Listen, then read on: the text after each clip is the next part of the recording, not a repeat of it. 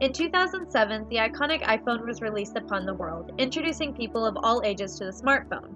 By the year 2012, most Americans owned a smartphone. Because of this advancement, as well as the advancement of computers and video game technology, people all over the world are spending more time in front of a screen. Too much screen time hinders people of all ages all over the world, making this a serious technological issue that needs to not only be discussed, but also resolved. The age group that can arguably be the most impacted by too much screen time would be toddlers and children.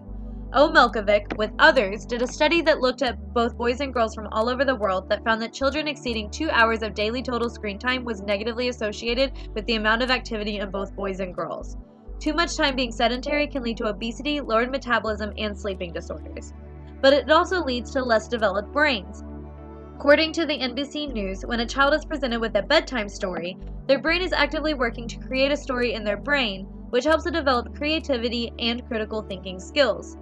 However, when a child is presented with a TV show instead, all of the work is done for their brains and they are left with just ingesting what is in front of them. This prohibits their brain from developing the skills needed to solve problems in the real world, as well as stunts their creativity.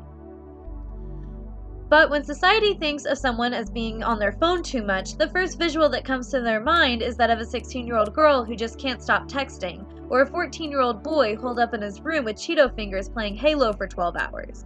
Just like with children, though, this behavior is extremely harmful to their physical well-being. However, they are even more negatively impacted psychologically. In the last 10 years, teenagers have started spending more time communicating electronically instead of in person. This lowers their social development skills and can also lower their mental health. But grown adults are not immune to the negative effects of screen time.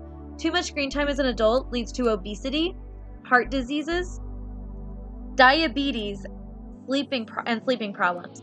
Greater amounts of screen time are also correlated to higher risks of depression.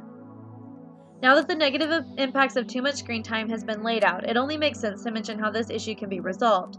Personally, as a teacher, I will limit the use of smartboard technology as well as not allow phones in my classroom whatsoever. I don't currently see how not allowing phones could negatively impact a student, but I do realize that reduced time on smartboard decreases the use of various visual aids.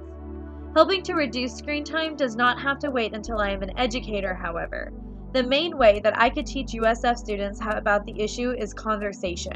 It is easy to talk about different issues through organizations such as Scattered that care about technology use and can spread the word in a more widespread way. To conclude, too much screen time is a technological issue that negatively impacts everyone. But through moderation, conversation, and education, we truly can have an improved society.